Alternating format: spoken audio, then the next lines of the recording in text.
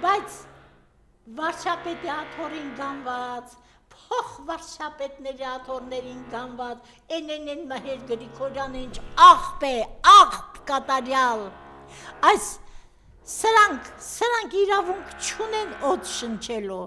սրանք իսին ձևով պարզվեց սրանց էությունը,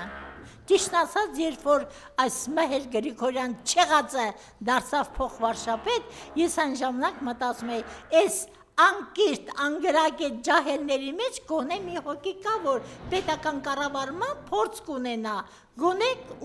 կուղորդի գործերը, բայց ստացվեց, որ այս մեկ իբր գիտակ մեկը ավելի վատն է, քան ասենք Կոնջորյանը, ավելի վատն է, քան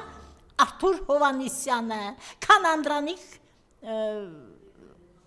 Քոչարյանը,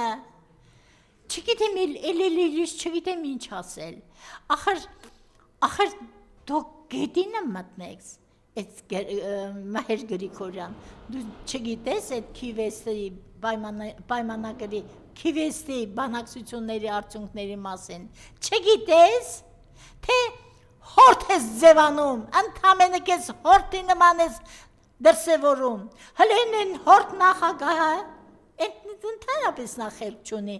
չի արտահայտվում, իրեն չի վերաբերում, ինքն է իր աշխատավարձը, իր վայելքները, իր սելֆիները, իր գրողու ցավը, բադու Մհեր Գրիգորյան,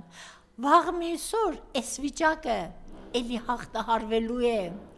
մեր ազգը շատ է տառապել, բայց միշտ էլ կարողացել է հաղթահարել ու պատվով դուրս գալ, հաղթահարելու են, դու ես սահմանազատման այսօրվա թշնամական երևույթներին ինչ պատասխան ես տալու, ասելու ես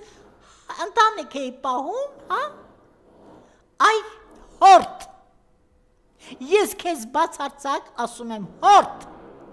դու կարող ես ինձնից պատիվ պահանջել, դե դուք Ալյոնայի կողքին եք չէ հայտնվում, նրանից սովորած կլնեք միլիոններ պահանջել, միլիոններով են իրենց չեղած նամուսը գնահատում, գետինը մտնեք բոլորդ միասին, բոլորդ,